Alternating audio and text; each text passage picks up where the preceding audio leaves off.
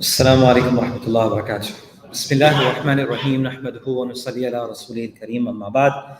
And so as we continue from the series on the Ahaadeeth of the Fadhaa'il of Masjid Al Aqsa and its surrounding, tonight would be our last hadith in this session, inshallah, and inshallah from next week we'll go back to Riyadh al-Salihin.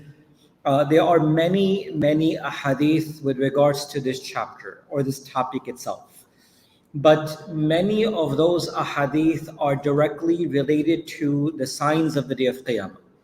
And to understand the signs of the Day of Qiyamah, it would require a lot more time and a lot more intellectual discussion than the 5 to 7 minutes that we have in the evening. So I will defer from those particular ahadith, but many ahadith, at least 15, 20 that I've gone through the past few days, a lot of details with regards to Al Aqsa, Sham, and the signs of the Day of Qiyamah. Very related. They're all connected. So we'll defer for that, but we'll come to this last hadith of the chapter.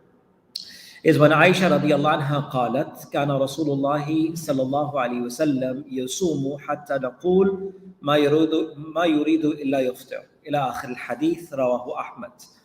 The hadith is reported by al-Mu'mineen Aisha radiallahu anha, and as we know, that major portion of the internal life of Rasulullah sallallahu alaihi wasallam, which relates to his household, his daily living, his actions in his house, are all related by al-Mu'mineen Aisha radiallahu anha. And there's a lot, subhanAllah, that has been preserved and protected from her saying. More than 2,000 ahadith and sayings of al-Mu'mineen Aisha radiallahu anha that directly teach us the life of Rasulullah. More than 2,000 ahadith have been narrated by al-Mu'mineen Aisha radiallahu anha. And that's why she is considered to be one of the greatest female scholars in Islam as well. So the mother of the believers, Aisha radiallahu anha, reports that the Messenger of Allah sallallahu alaihi wasallam would continuously fast until we would begin to think that he will not break a fast. Meaning every single day he would be fasting. Meaning it would be such a continuous action that we would think that he's going to keep this fast forever now. Meaning he would break it every day at Maghrib, he would open his fast, then start again, but it was very continuous, without any breakage of days between fasting.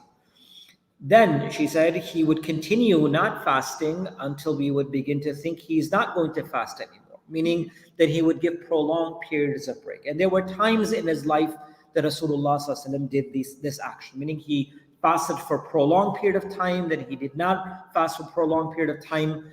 But the major teachings from the life of Rasulullah that we find very often is that Rasulullah was very punctual about fasting on Mondays and Thursdays. This was from amongst the continuous action of the Prophet. And subhanAllah, as the month of Ramadan is almost less than 3 months away now, subhanAllah, right? This is very quick. May Allah subhanahu wa ta'ala allow us to witness the month of Ramadan, give us barakah and blessings in our lives so that we can actually witness the month of Ramadan. It's only 3 months, less than 3 months now, subhanAllah. So if we try our best to fast on Mondays and Thursdays from now, inshallah, we will be in this habit of being able to really fast in the month of Ramadan. Create that habit. It's the winter months are a blessing of Allah subhanahu wa ta'ala. The nights are long, the days are short. You're easily able to have iftar in the late 5 p.m.s and stuff. So it's much easier to open your fast by 4:30. So it's really doable. So Mondays and Thursdays and the white days, which are known as the 13th, 14th, and the 15th, Ayyamul Bid. This is the best time, these 3 months, to really prepare ourselves for fasting. So after mentioning this particular hadith, that he would fast for so long that we think that he would not stop, and that he would stop, that he would not start, then she said Rasulullah sallallahu alaihi wasallam would recite Surah Bani Israel and Surah Zumar every night. There were certain portions of the Quran that Rasulullah sallallahu alaihi wasallam would recite very often. Like for example, Surah Mulk. He never went to bed without reciting Surah Mulk. He said 30 ayats of Surah Mulk will save you from the punishment of the grave. Rasulullah sallallahu alaihi wasallam said if you recite Surah Al-Waqi'ah every evening, you will never see poverty in your life. Allah will give you rizq from His own treasures. It is also known as Surah Al-Ghina.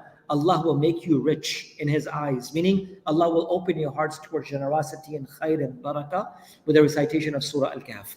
So she said that the Nabi of Allah ﷺ would not go to sleep. He would recite Surah Bani Israel and Surah Zumar every single night. This is the hadith of Musnad Ahmad. A reminder that again, with the beginning of Surah Bani Israel, the reminder of the story of Asra, the blessedness of Al Aqsa and Jerusalem. And that's why the author brings this particular hadith again to us, that the reason of Rasulullah ﷺ reminding also plays a great significance for all of us, that Masjid Al Aqsa and its surrounding has a great connection to every single believer on the face of this earth. So at this particular moment, we should continuously pray for our brothers and sisters. And when Allah subhanahu wa ta'ala allows us to visit, definitely take this as an opportunity to visit Masjid Al Aqsa, to pray inside Masjid Al Aqsa, as this is one of the things that Rasulullah ﷺ recommended the Ummah. May Allah give us tawfiq and ability to practice and bring this forth into our lives, inshallah.